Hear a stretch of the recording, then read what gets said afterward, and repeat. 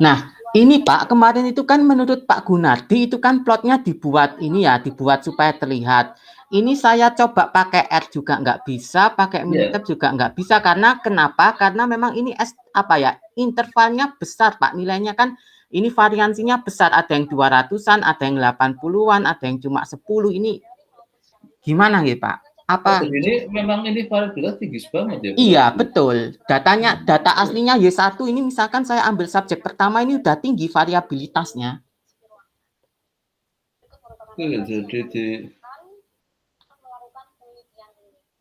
Nah, itu semingguan ini macet di sini. Berarti kalau yang batas atas dibikin apa kayak grafik sendiri kan itu juga bukan garis lurus kan, dia kan berzigzag juga kan itu? Iya, jelas. Nggih. Ini kan overlay 3 itu loh.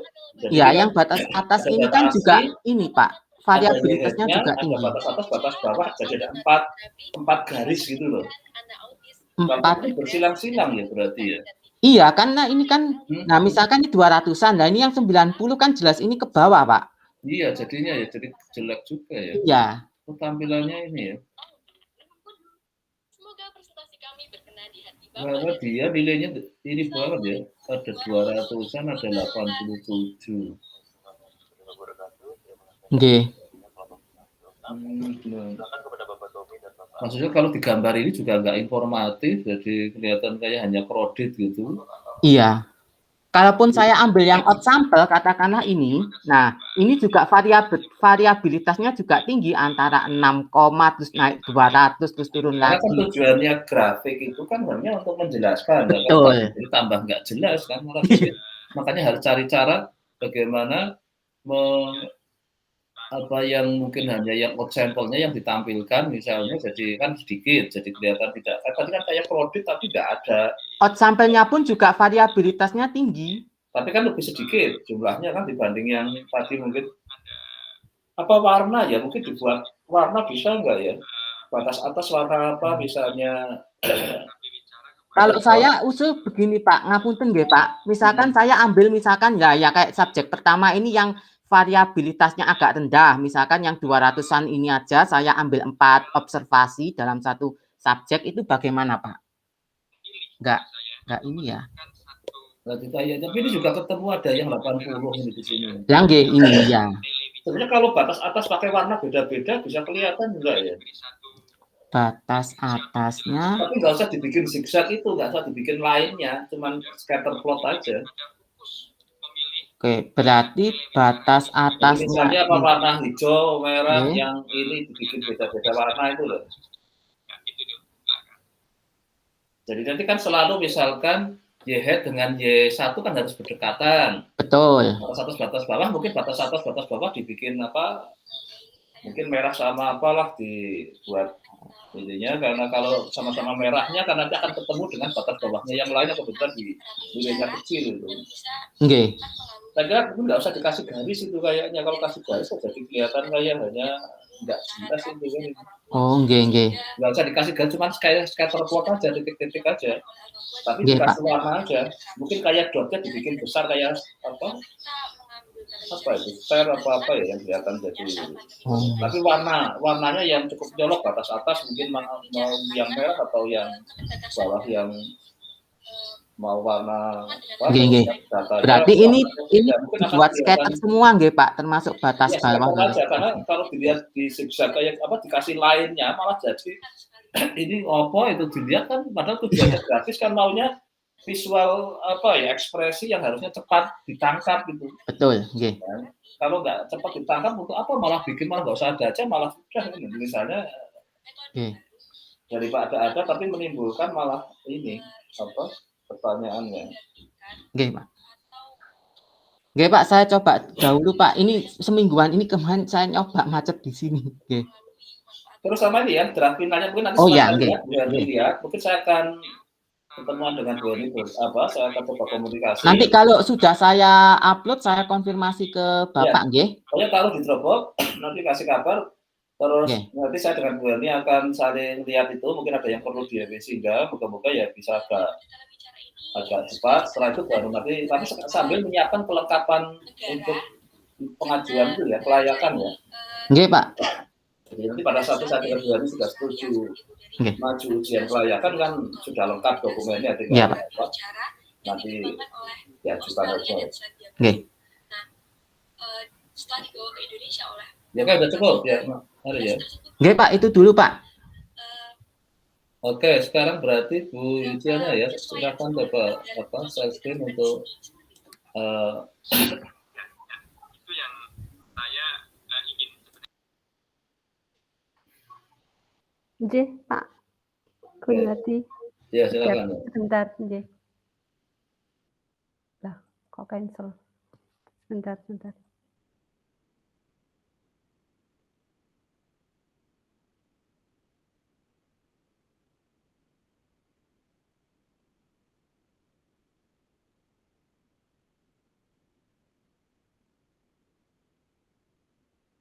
Kok kan your screen.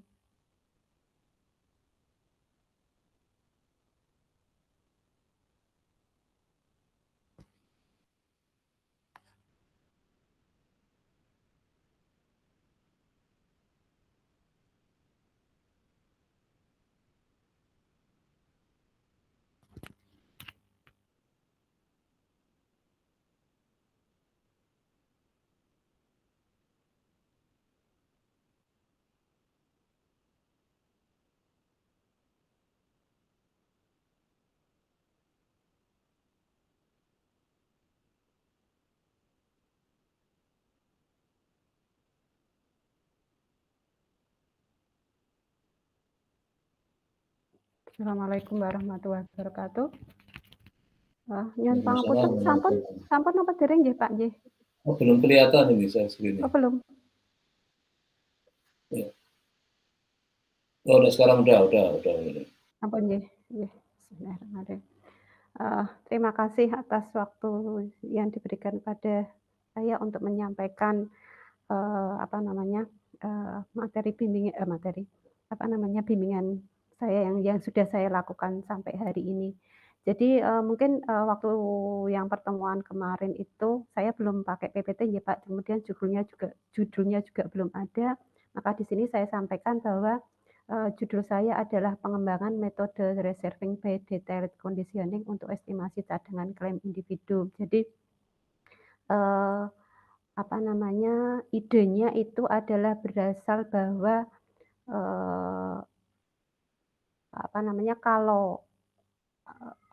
kalau klaim untuk selama ini kan banyak yang menghitung estimasi cadangan klaim itu masih menggunakan yang agregat ya Pak ya. Jadi atau ke sini saja dulu. Jadi kalau proses pembayaran klaim itu kan bahwa ada klaim terjadi, kemudian klaim dilaporkan, kemudian ada diproses, kemudian terjadi pembayaran klaim di mana pembayaran klaimnya itu tidak hanya satu kali tapi terjadi beberapa kali, kemudian ditutup, kemudian kalau misalnya ada sesuatu yang belum selesai bisa dibuka lagi. Artinya kalau ada sesuatu masalah kemudian dibayar lagi dan ditutup lagi. Jadi artinya ada banyak kejadian di sini yang terjadi pada waktu pembayaran klaim. Dan ini kebanyakan adalah untuk asuransi non-life atau asuransi kerugian kebanyakan di situ. Jadi dalam hal ini untuk pembayaran klaim, estimasi cadangan klaim sendiri sebenarnya ada dua, yaitu adalah ada agregat dan ada yang individu. Nah, untuk yang agregat sendiri itu kebanyakan adalah jadi seperti perhitungan tadi seperti pembayaran klaimnya berapa kali, kemudian ada penundaan atau tidak, itu tidak bisa terlihat karena biasanya dalam pembayaran klaim itu butuh waktu yang lama seperti itu ya. Jadi di sini ada agregat sama ada individu. Nah, sedangkan yang akan saya kerjakan di sini adalah lebih ke individunya. Dalam untuk metode estimasi untuk yang individu itu yang pernah dikerjakan adalah salah satu yang pernah mengerjakan adalah Rosenland, yaitu dia menggunakan reserving detailed by conditioning, yaitu di sini beliau hanya menggunakan perhitungan estimasi estimasinya estimasi bersyarat, makanya di situ ada detailed by conditioning. Jadi tanpa menggunakan distribusi. Nah, untuk mengatasi hal itu maka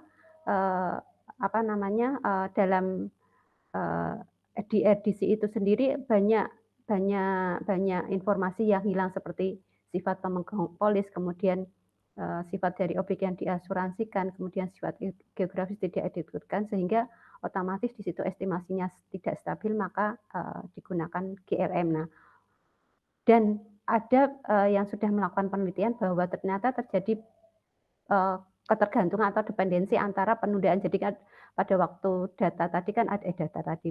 pada waktu pembayaran klaim tadi kan ada tanggal bayar klaim, kemudian kapan terjadi klaim, kemudian kapan bayar klaimnya. Maka di situ kan kadang ada penundaan, kemudian kalau bayarnya terjadi beberapa kali, kemudian dan juga mungkin tidak hanya tidak begitu bayar kemudian tidak diklaim langsung dibayar, maka ada penundaan klaim, maka akan ada jangka waktu, maka di situ ada yang namanya panjang klaim. Kemudian juga ada besar pembayaran klaim, dan di sini ada ketergantungan. Jadi antara ketiganya ini bisa terjadi ketergantungan karena sudah ada penelitian, maka diatasi dengan menggunakan kopula. Jadi itu yang saya lakukan. Jadi dari edisi itu saya kembangkan menjadi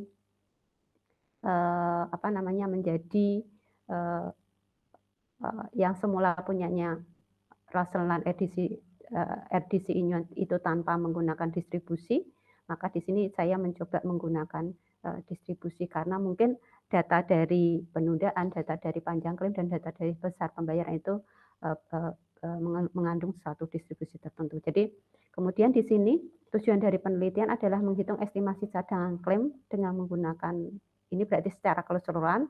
Nah, yang sudah saya lakukan di sini adalah perumusan estimasi probabilitas panjang klaim dengan menggunakan kopula. Kemudian perumusan estimasi rata-rata pembayaran klaim dengan menggunakan kopula, ini juga sudah. Nah, yang belum adalah yang paling belakang yang menggunakan CLM. Jadi ini belum dilakukan. Kemudian ini tahapannya berarti yang sudah saya lakukan ini panjang klaimnya sudah, pembayaran klaimnya sudah, kemudian per segmen ini berarti masuk ke CLM-nya ya. Jadi masuk ke CLM-nya. Jadi itu yang belum saya lakukan yang CLM-nya. Ini saya kira tinjauannya nggak usah ya Bapak ya. Ini tinjauan edisinya tidak usah. Nah, ini pengembangannya yang sudah saya lakukan. Rumusnya hilang. Rumusnya hilang ya Pak. Ya mungkin karena kalau ini biasanya harusnya berupa kayak crop ya kalau PPT ya, biar nggak kayak dibikinkan namanya itu lah kayak kotak untuk formula ya. Makanya sekarang ini untuk latihan, jangan sampai ini pas di ujian gitu. Nanti ujinya seneng banget. Oh nggak ada rumusnya lah. Untuk mempersiapkan diri. Ya pangapunten. Nah nanti nih Mas Faris jangan sampai terjadi ini nanti pas mau ujian. Oh enggak Pak. Nah itu. Makanya pengen nonton Mas Faris kan rumusnya banyak. Nggak hilang itu lah. Itu untung langsung masuk. Kok bisa jadi hilang kenapa ya Pak? Padahal pakai PPT biasa nggak hilang. Nanti jadi Mas Faris itu. Ya. Kalau saya ini PDF-nya itu saya gabung untuk yang rumus-rumus itu saya pakai Beamer-nya LaTeX. Oh. Ini pakai PPT ini bukan? Iya, ini PPT. Saya pakai PPT J. Saya pakai PPT ini Mas. Beamer, kalau Beamer mungkin beda lagi ini nanti ya. Sama-sama yang PPT siapa? J. Nyuwun pangapunten ini. Jadi biasa nanti bisa ketemu cara ngatasi itu gitu ya. J. Mungkin buat PDF ya, mungkin ya. Jadi ini yang sudah saya lakukan ya Pak. Jadi iya, PDF dikombinasi yang teori yang nggak ada rumusnya PPT nggak apa-apa. Nanti yang rumus-rumus itu pakai Beamer-nya LaTeX, nanti di-combine pakai Adobe.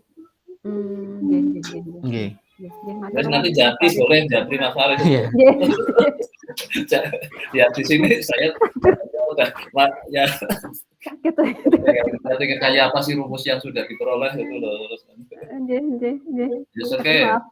Mohon maaf. Jadi tidak kelihatan. Jadi ini yang sudah jadi membentuk karakteristik klaim, yaitu di mana tadi sudah saya sampaikan ada panjang klaim, ada penundaan klaim. Kemudian dari panjang klaim sama penundaan ini maka kita bisa bisa mengestimasi probabilitas panjang klaim dengan menggunakan kopula. Jadi ini sebenarnya masih yang di sini itu masih bersyarat, jadi masih probabilitas bersyarat, di mana kemudian dibuat menjadi kopula menjadi yang seperti ini hilang lagi. Jadi ini ada Pak, ada kopulanya, sudah ada muncul estimasinya kopula J. Jadi untuk mencari estimasi C di sini, ada beberapa C di sini, itu digunakan metode IFM, di mana di situ adalah dengan menggunakan log likelihood, kemudian dilakukan dengan mencari estimasi yang ada di sini. Saya kira itu. Hilang semua, maaf. Ini langkah-langkahnya, jadi maaf ini gimana ini jadinya. Jadi untuk mencari parameter kopula ini estimasi ini ada. Oke, mungkin ini karena begini aja. Ini sudah ada yang dipublikasikan belum? Kalau yang sudah dipublikasikan ini. Mana hasil yang mana? Sebentar. Ini. Cuma ini publikasinya masih belum dalam bentuk jurnal. Masih proceeding sama jurnal, tapi jurnal nasional. Nah, ini jadi yang internasional saya baru buat, mudah-mudahan akhir bulan ini mau saya coba konsultasikan. Dalam waktu dekat inilah saya konsultasikan dengan Bapak nanti. Makanya nanti jadi mungkin kita harapkan kan seperti kemarin itu masih sempat, karena pergantian promotornya kan barusan kemarin, itu jadi masih ada. Karena kan kalau disertasi di situ para promotornya sama sekali nggak ada, nanti juga repot. Makanya Mas Rasul itu masih bisa kejar walaupun di masa pergantian, tapi masih ada satu apa ya Mas Faris kemarin ya yang. Saya satu jurnal internasional dengan Pak Gun sama satu proceeding. Nanti sudah minimal ada satu karena peralihan ya tadi. Maka nanti kebetulan mana belum ada, seharusnya nanti segera aja berarti yang tadi oke lah nanti enggak. Memang yang ini saya harapkan yang mingguan itu adalah nanti misalnya sekarang kalau bisa sudah target ke jurnal ya. Jadi nanti mulai yang pas di sini malah kita nanti yang didiskusikan minta bantuan saran teman-teman adalah dari yang malah draft paper ya, mulai ngedraft itu ya. Jadi kayak apa, sudah tahapan sampai mana, ada kendala apa di situ, mungkin kalau nanti dari sisi aspek apanya, dan nanti coba mulai bisa, kan oke lah, karena ini kan sudah berarti tahun beberapa kalau ini angkatan teman? Saya kemarin cuti 1 semester ya? Berarti satu semester sama Pak Faris. Pak Faris semester berapa Pak Faris? 11 ya? Saya 10 ya berarti. Saya semester 9. 9. Oke, makanya ini cuma untuk hati-hati sudah nanti mungkin perpanjang, maka segera mulai target draft jurnalnya ya. Jadi untuk ngedraftnya untuk ngedraftnya baru bab 1, bab 2, Pak. Baru bab 1, bab 2. Enggak, yang ini, yang jurnalnya dulu, papernya. Belum. Baru mau buat ini. Masih dalam proses ya. Mungkin nanti walaupun masih baru tahap awal, nanti mulai apa sih yang di situ akan dikritisi dari paper itu, mungkin dari tadi lah sudah mau lihat apanya tadi yang berapa saya lihat ini ya, nanti kan dari situ akan kelihatan kita akan papernya akan seperti apalah itu. Jadi mungkin lebih baik itu karena saya harapkan sudah fokus ke publikasi ya, karena untuk tadi syaratnya kan harus ada publikasi yang ini, makanya tadi sebenarnya saya ingin lihat dari situ, terus segera kita kerja yang terdekat yang memang harus dilakukan dulu gitu. Supaya terkejar dari segi waktu. Memang ini kan kita mingguan, harapan kita kan jadi nggak ada ya masa kita lengah itulah itu, jadi artinya nanti setiap minggu kita update perkembangannya. Moga-moga kalau saya kira lebih ke target publikasi dulu gitu. Ya sambil jalan tadi ngetik disertasinya nggak masalah, tapi saya kira karena belum punya jurnal itu lebih kejar itu dulu. Ya nanti untuk ujiannya jadi sambil sekarang nanti saya juga mulai info di situ kira-kira apa sih lagi dikejar tadi masalah apa cadangan klaim dengan tadi ada kemungkinan dari klaim ada mungkin tertunda ininya atau macam-macam tadi yang saya tapi kan saya belum lihat formulanya jadi tapi ini semua sudah ada di Dropbox ya ini ya yang proceeding ini ya ini sudah di Dropbox sudah ada nanti taruh di folder publikasi ya jadi saya coba mulai untuk bisa ikuti karena kemarin langsung cuti jadi saya belum sempat langsung sudah cuti jadi makanya saya harus refresh dulu kan akhirnya waduh kok langsung cuti malah saya jadi belum sempat bisa import di situ jadi moga-moga ini segera saya masuk ke situ kan mungkin saya mulai bisa memberi saran atau apa yang kira-kira mengarah untuk tadi yang jelas targetnya malah kalau saya sarankan kalau sudah di semester kayak gini lebih baik target publikasi dulu itu fokus itu karena itu sebagai syarat tadi kita memasuki untuk bisa maju kan karena syaratnya harus ada publikasi internasional kan itu untuk boleh masuk itu ya oke saya kira mungkin cukup nanti untuk minggu depan jadi siapkan mulai ini ya draftnya jadi kira-kira idenya mau apa walaupun secara mungkin matematiknya belum selesai lah apa ininya belum selesai nggak apa-apa tapi dari sisi idenya di paper itu substansinya mau kemana mungkin sudah mulai kelihatan lah itu jadi sekarang udah kerjakan teorinya atau mengerjakan apanya kan nanti dari situ mesti ada pekerjaan-pekerjaan yang harus dilakukan step by step dan nanti mulai akan diincar jurnalnya mana. Nah itu kalau sudah mulai secara substansi sudah punya lah itu tinggal mau target ke jurnal apa. Ya oke, terima kasih. Mungkin untuk yang berikutnya karena Bu Trias itu masih Assalamualaikum warahmatullahi wabarakatuh. Waalaikumsalam warahmatullahi wabarakatuh. Ini Bu Rahmaliah ini yang juga saya sudah diperingatkan oleh Pak Prodi bahwa segera untuk kopre jadi saya ingin lihat posisi terkininya nanti biar saya nggak lupa terus bahwa mungkin segera di ini kan coba saya ngelihat untuk kompres juga kira-kira sampai mana sama mulai mungkin minggu kalau ini segera sudah bisa disiapkan nanti oh ya dengan siapa ya kalau ini ya saya jadi lupa pasangan untuk call-nya siapa ya Bu Ramalia ya halo Bu Ramalia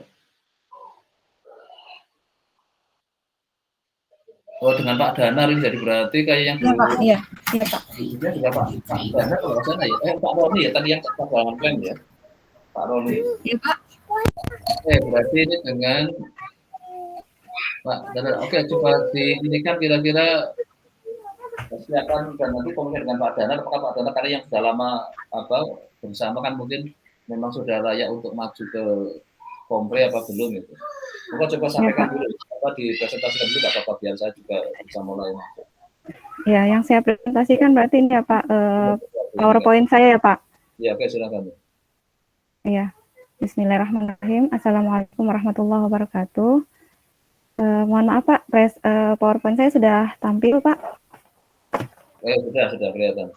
Oke.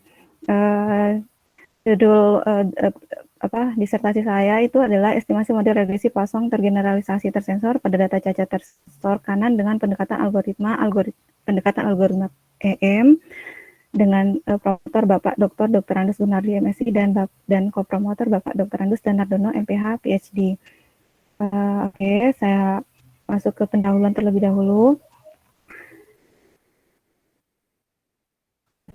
Saya awali dengan membahas terlebih dahulu tentang regresi Poisson, di mana pada regresi Poisson itu ada asumsi yang harus dipenuhi, yaitu asumsi equidispersi, yaitu kesamaan antara mean dari variabel dependen dan variansnya. Kemudian, apabila asumsi dari Poisson itu tidak terpenuhi, yaitu data mengalami over atau under dispersi, maka ada banyak ahli statistik untuk menawarkan model-model regresi. Salah satunya adalah regresi Poisson tergeneralisasi.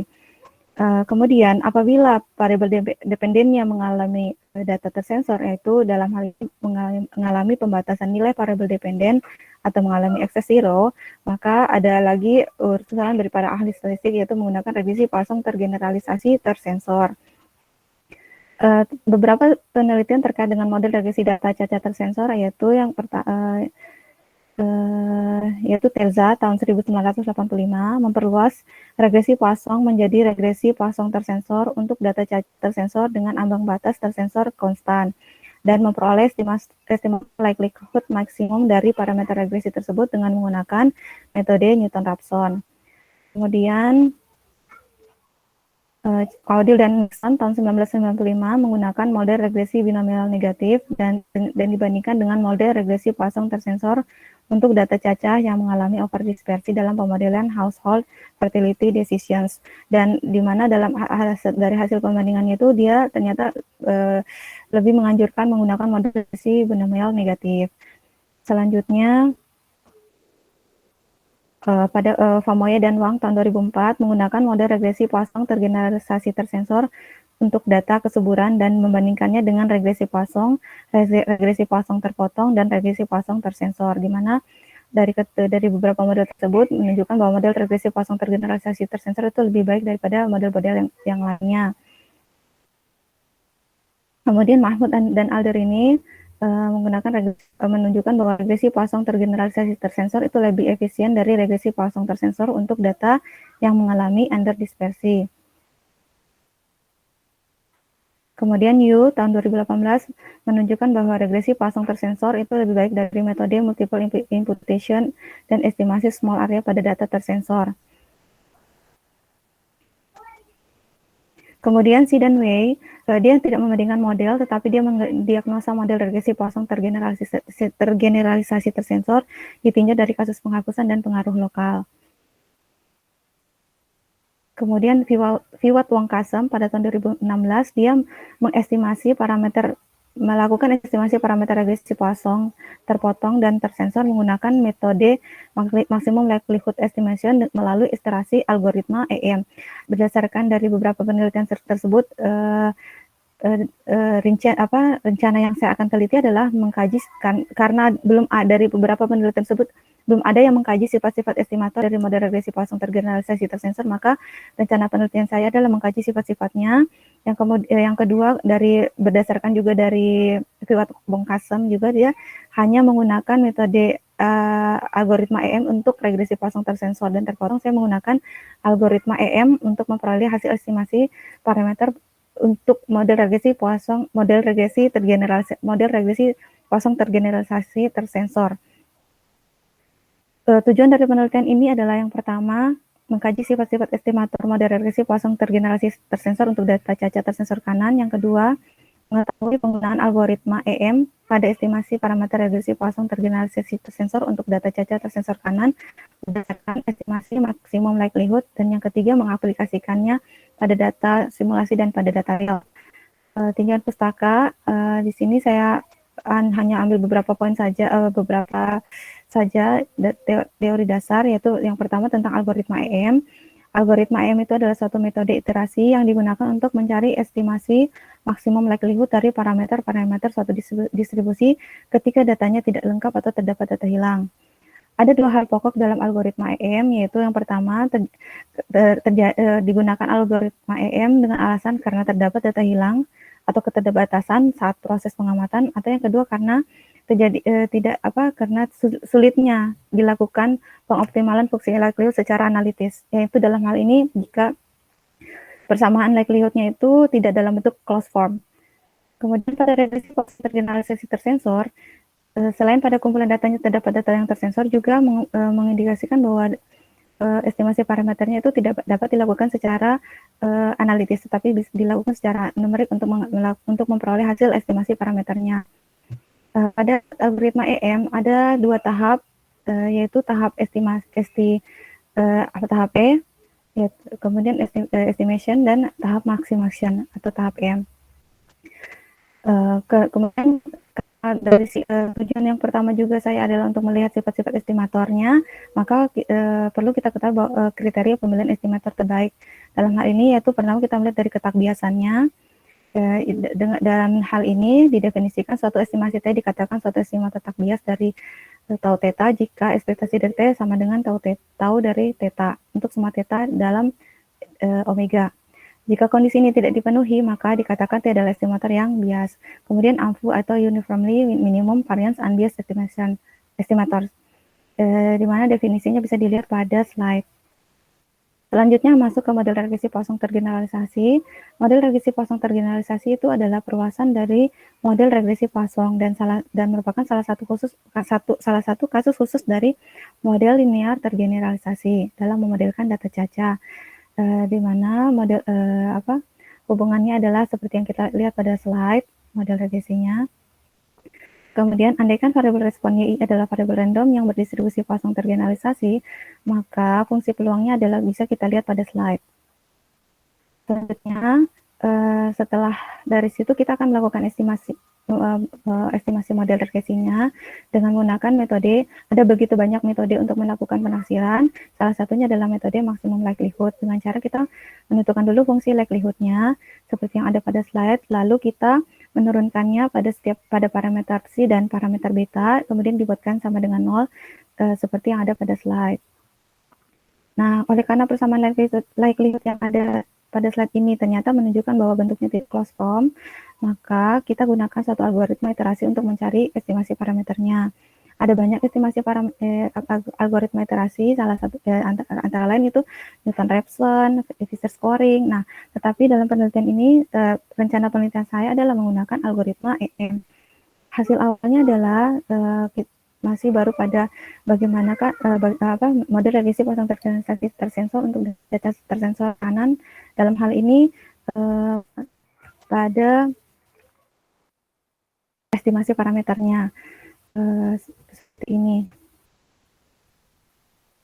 Kemudian untuk algoritma EM-nya itu baru sampai pada tahap ini, Pak. Sekian, terima kasih. Assalamualaikum warahmatullahi wabarakatuh. Waalaikumsalam. Oke, terima kasih.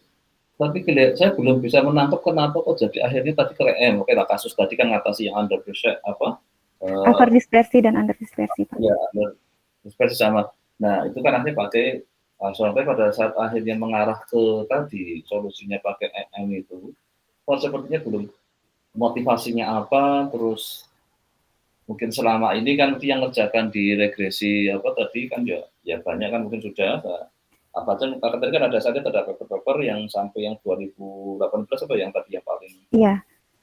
Kalau iya Pak, kalau saya jadi dari kalau misalnya yang mereka bahas pada umumnya untuk model regresi Poisson, tergeneralisasi ataupun model yang sampai bahkan yang tersensor itu pada rata-rata untuk jurnal yang saya baca itu mereka hanya mengatakan bahwa maksudnya tidak closed form tapi tidak menunjukkan iterasi apa yang mereka gunakan untuk mencari estimasi parameternya. Seperti itu Pak. Nah, kemudian saya melihat dari punyanya Viwat Wongkasem itu dia menggunakan, jadi dia membandingkan ada beberapa model iterasi yaitu Newton-Raphson, Fisher scoring dan algoritma EM, tapi pada model regresi Poisson saja, model regresi Poisson yang tersensor atau yang terpotong. Nah, seperti itu. Maksud saya jadi kok Anda memilih EM-nya tadi itu loh. Jadi motivasinya apa? Saya milih yang algoritma EM-nya itu kan tadi ada pilihan-pilihan untuk yang solusi nggak kosong kan ada banyak. Nah, di situ saya harapkan waktu karena akan yang kayak sebetulnya ada yang lagi ingin saya pakai ini lah gitu. Saya kan ada suatu reason yang alur logiknya bahwa apa sih kok kenapa EM tidak yang lainnya terus di situ jadi karena kan ini kan mau Komplek kan akan meyakinkan ke pengurus bahwa saya jadi kesulitan karena sudah saya melihat berbagai macam kerjaan orang lain sudah ini kan saya akhirnya memilih bukan karena nanti kok belum ada yang mengerjakan kok gitu. Dan persoalannya kan kalau alat kan bahayanya bahwa apa yang saya lakukan malah lebih buruk daripada para pendahulu lah, itu yang jadi akan bisa repot kalau tujuannya kan mesti kita improving kan, yang lama bahwa tidak betul, belum pernah ada yang pakai ini, saya pakai itu, padahal sebenarnya malah lebih buruk. Kenapa orang pada nggak pakai itu ya? Karena memang itu kalau pakai itu jadi lebih buruk misalnya kan kayak gitu. Nah ini yang saya akan nanti diberikan di ininya pada saat, karena saya lihat kalau saya tadi kan lebih pada akhirnya ingin pakai kayaknya tadi ini ingin bagaimana menuju ke situnya, memang ya karena ya selama ini belum ada yang mengerjakan misalnya. Nah, persoalannya kalau tidak ada yang mengerjakan tidak berarti itu selalu lebih baik gitu, karena Ya, Pak. atau memang bisa juga lebih baik tapi dikerjakan sulit. Misalnya kan juga orang pada nggak mau juga kan, kadang misalnya kayak gitu. Nah, nanti silakan dicoba dikritisi di situ supaya karena nanti untuk sampai kan biasanya masih persoalannya pada ide yang di ini kan. Nah, oke, jadi itu dengan Pak Danang gimana? Sudah komunikasi belum? Karena beliau bilangnya menunggu konfirmasi dari Bapak kira-kira kapan waktu bisa berdiskusinya, Pak. Nanti dikabari ke beliau. Oke, berarti nanti saya coba kontak Pak Danang untuk waktu kapan saya akan coba ini. Tapi ya, tadi Pak. mungkin sampai sebelum nanti ditaruh di telepon aja bahwa sudah sampai mana yang tentang akhirnya pilihannya ke EM-nya itu, karena kan saya tidak mulai dari awal ya. Jadi ya, Pak. Saya ingin masuk juga apapun pada saat di ujian kan saya harus memberi semacam kayak entah komentar atau apa sih yang jadi akhirnya kenapa akhirnya pilihan di kompre kan semacam pilihan track itu kan, saya akan masuk di situ dan saya harapkan sudah dikelayakan, artinya nanti tingkat kesulitannya kayak apa, terus bayangkan nanti komputasinya apa, karena ini kan nanti jelas numerik gitu ya kalau saya Pak. di situ, karena nggak foto maka juga antisipasi aspek itu. Dan juga sama tadi kalau sudah ada kajian teoritik tentang apa kelebihannya apa menyebabkan di situ kita optimis jadi bisa memberi kontribusi lebih baik untuk regresi Poisson yang tergeneralisasi tadi itu. Nah, soal kata-kata kunci itu kepegang, jadi artinya kan apa yang kita kerjakan memang dalam rangka perbaikan dari masa ke masa tadi kan, bahwa ini ada orang kerjakan di situ, kita tujuannya ingin memberi kontribusi yang lebih baik lagi lah. Oke, nanti jadi ini kan di depan saya kata kontak Pak Danar untuk, karena memang saya kira sudah segera siapkan aja, jadi saya kira moga-moga ya dalam minggu ini lah mungkin saya ke Pak Danar bisa kontak, nanti segera buatkan untuk kompor ini lah, mungkin nanti pas paling ya kita dekat ini agak nyaman ya pas ujian itu kan, jadi nanti nyari penguji karena kan banyak harus ada kompre, kalau saya kan harus ada 7 kan libatkan banyak. Memang maka persiapkan juga slide-nya yang seefisien mungkin. Saya nggak tahu tadi berapa menit, saya meniti tadi. Agak tapi yang penting intinya adalah karena kompre adalah menunjukkan bahwa saya sudah di track itu dan saya yakin akan kerja di situ dan juga yakin juga akan selesai tidak terlalu lama. Nanti kalau S3 kan waktu kan.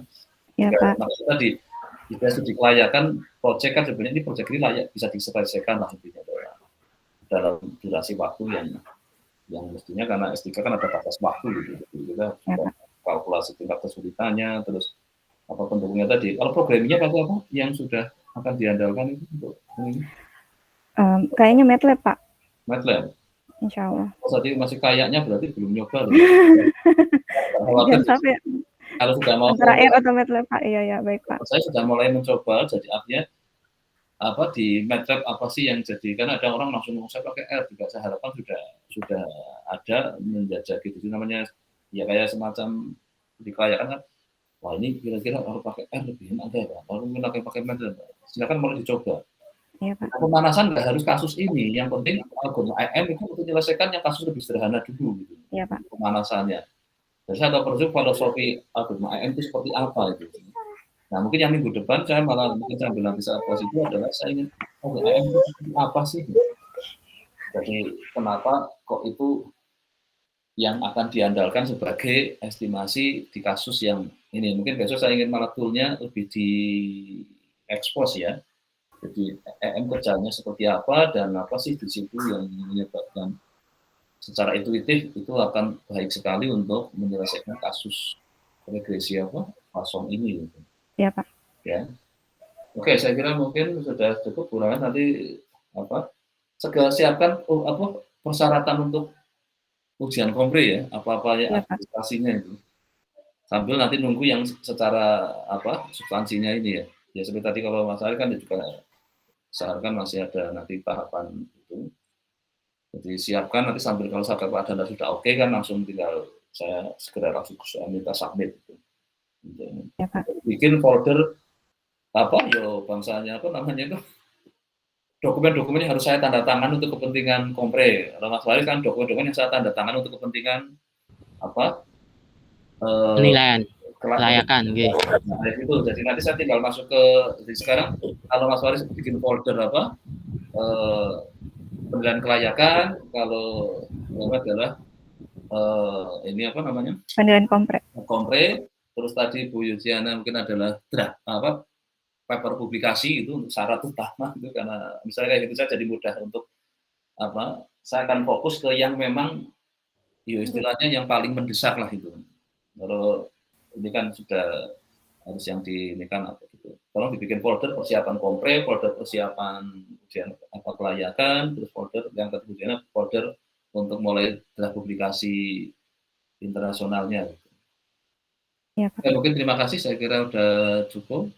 Mungkin lanjutnya Bu Triastuti ya ini ya, saya kira mungkin udah apa? Mungkin nggak harus semua yang mungkin kira-kira saya nggak tahu tadi misalnya apa di tadi juga nggak mau Bu Triastuti kalau sudah siap karena tadi harus apa dan uji dulu ya.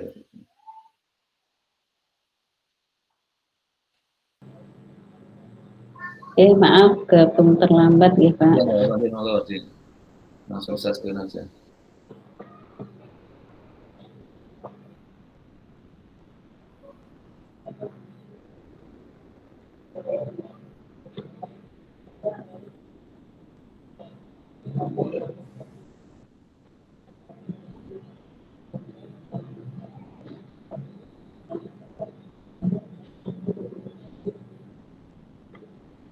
Izin share screen. Oke, silakan ya.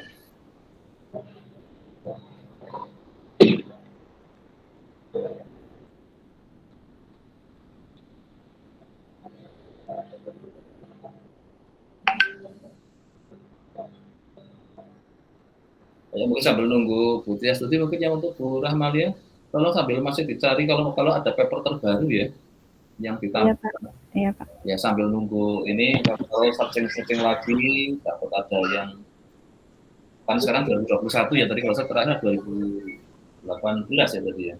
Ya kalau sambil ini dapat ada yang terbaru dengan kata kuncinya yang tadi atur MM sama regresi Poissonnya itu. Mungkin dia nggak tergeneralisasi atau yang tapi bilang yang ada related terhadap yang topik yang akan dikerjakan. Supaya untuk keamanan bahwa ketika masuk track itu memang itu dikerjakan orang lah. Iya Pak. Oke, silakan Bu Triastuti, share screen.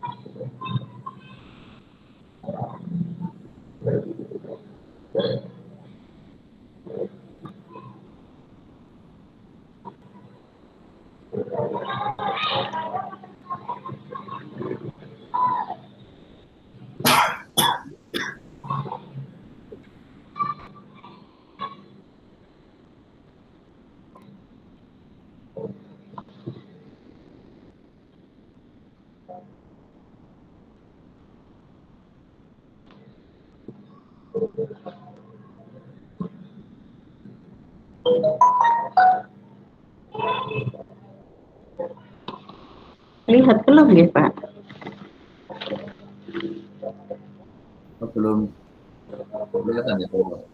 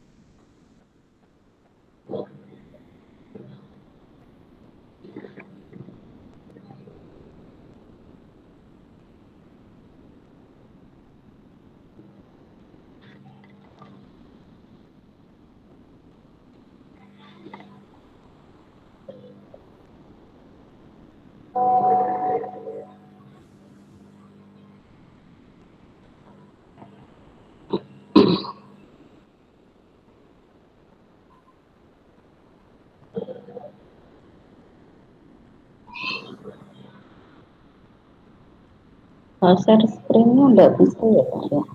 Oh, nggak bisa. Ada trouble apa ya? Mungkin sudah ditaruh di Dropbox ya. Nanti saya yang share screen aja. Sudah, sampun Sudah. Pak. Oke, yaudah, saya yang share screen aja.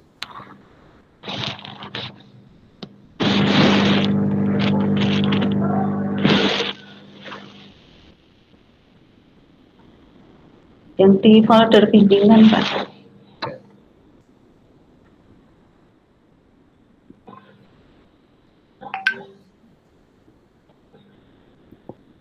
Aduh, sorry. Di Yang folder bimbingan. Ya, Iya. oke. Berarti yang PPT yang Yang bawah Pak, yang progres. tes dulu ini, oke.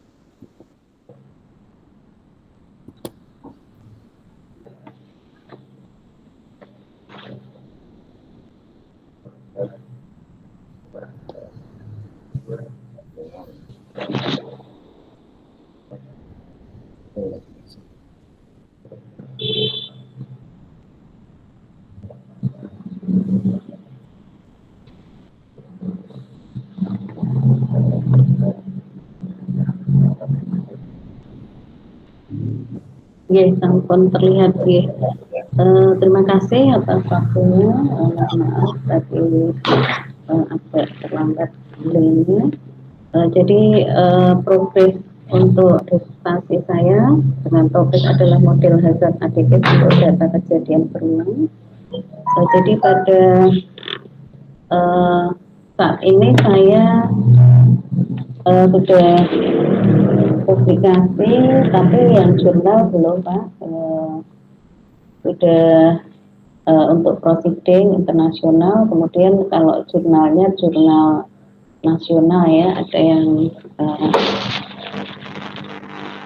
terakreditasi sama jurnal nasional tidak terakreditasi. Kemudian untuk syaratnya itu sekarang saya sedang membuat draft untuk paper, tapi belum selesai Pak, belum 50%. Baru saya coba untuk komputasinya belum selesai.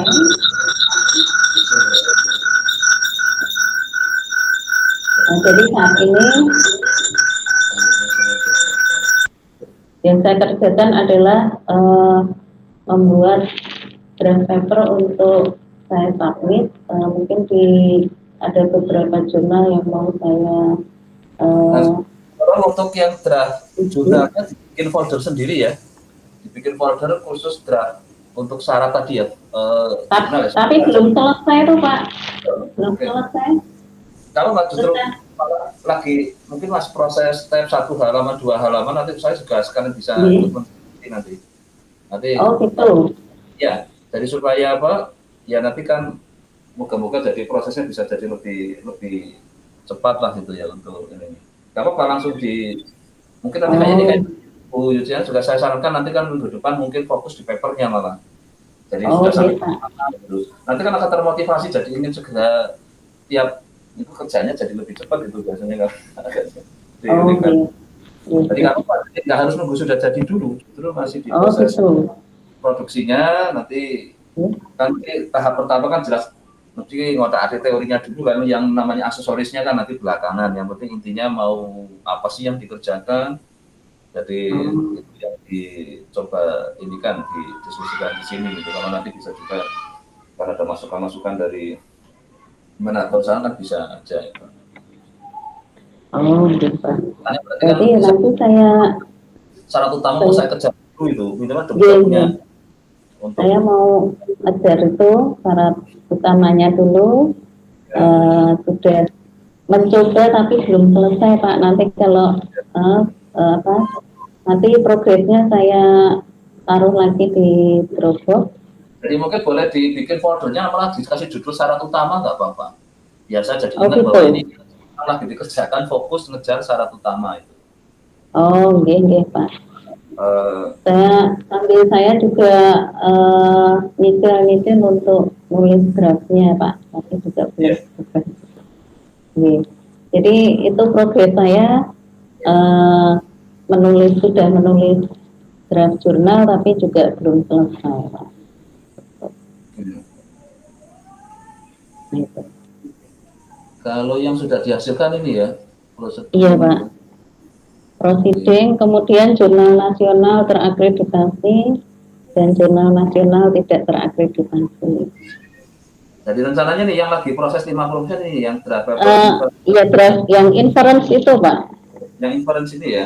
Iya, Pak. Tapi belum saya masukkan di Dropbox, Pak. Oke, nggak apa-apa, nanti dibikin aja. Kalau ini akan dijadikan sebagai syarat utama, tulis saja folder, bikin sendiri aja nggak apa-apa di Dropbox itu, syarat utama. Masukkan seperti ini gitu. Jadi nanti kalau pas saya lihat-lihat itu kan pada saatnya nanti diskusi ini kan saya mungkin bisa memberi masukan. Kami kan sama sekali nggak punya gambaran, karena saya kan nggak mulai dari awal, nggak bisa untuk proses saya bisa ini harus saya ingin lihat dari step by step juga. Ya. Dan nanti folder di Dropbox ini sama-sama seperti Bu Jana adalah karena sama-sama belum punya syarat utama, nanti syarat utama. Gitu. Kalau masih draftnya baru 10% pun nggak masalah, baru punya ide, gimana kan? Nggak apa-apa ya, Pak? Ya, jadi terus sambil sekarang dicek kan kira-kira memang itu sudah ada yang ngerjakan apa belum, supaya jangan sampai pada saat kita nanti publish ternyata mungkin lalu sama dengan ada yang sudah duluin gitu misalnya kan, karena sekarang resikonya kan itu karena cepat sekali kan perkembangannya. Ya, minggu depan mungkin saya harapkan sudah, ya inilah ada draft ini, nanti mungkin progresnya sudah sampai tahap mana, dan itu saya akan coba invite Pak Danar supaya fokus di sini lah untuk ngejar syarat utama. Kalau satu sudah terpenuhi kan tinggal nambahin yang lainnya kan. Oke, berarti ini ada kita ya, yang untuk jadi minggu depan diganti fokus paper ya, seperti Bu Yuciana tadi difokuskan di situ. Oke, makasih. Saya akan stop share screen. Jadi saya kira nih hari ini sudah tadi ya. Saya review lagi, Mas Faris siap-siap untuk ini ya, tadi taruh draft finalnya, terus untuk persiapan menuju ujian penilaian kelayakannya. Terus yang Bu Rahmalia ini juga nanti saya coba koordinasi dengan Pak Bu Rahmalia sama Pak Danar, Pak. Pak Danar, ya ini Pak Danar, banyak tadi Bu Tia, Pak Danar, Bu Tia juga Pak Danar. Jadi nanti saya coba ini dengan Pak Danar, ada banyak yang harus saya ini kan. Terus Mas Faris dengan Bu Herni, jadi mungkin untuk minggu depan saya kira yang ini, tapi Mas Ivan nggak kelihatan nanti ini. Mungkin saya ingin lihat yang sama Bu Yunita, mungkin ada Oke, Safari, terutama memang seharusnya mungkin yang Bu Yunita mungkin ini yang kira-kira literaturnya lah, kira-kira mungkin sudah dilihat untuk kajian mengarah ke ininya, nggak apa-apa. Jadi Pak, minggu depan saya nunjukkan draftnya di pertemuan ini ya Pak ya? Nggak apa-apa, ya nanti ini kan tetap boleh aja, siapapun boleh langsung nambah kayak gitu, jadi nggak berarti misalnya Mas Rasi ingin nunjukin nggak apa-apa yang di follow ini. Jadi nggak apa-apa, tunjukkan draftnya kan. Sekarang saya bikin komen umum dulu kan, biasa kayak yang kemarin saya inginkan sarankan pada saat didisertasi kan yang setiap kontribusi langsung disitasikan ke pustakanya itu loh. Ya. Jadi walaupun masih posisi submit pun nggak apa-apa itu, jadi kelihatan nanti harapan saya nanti alurnya mudah detect bahwa kontribusi kebaruannya di mana aja itu. Kalau nanti besok kelihatan sekalian bisa untuk yang lainnya kan, untuk besok sebaiknya seperti itu supaya penilaiannya cepat. Itu untuk nggak apa-apa Mas. Jadi memang di forum ini yang nggak saya pas ini kan nggak apa-apa, langsung juga ikut menentukan.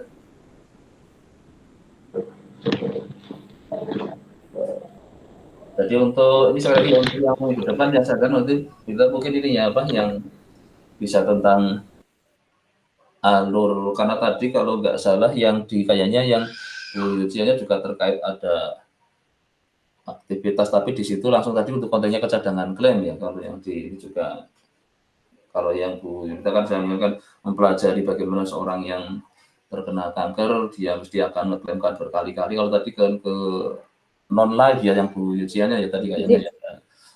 Biasa boleh menang ulang kan.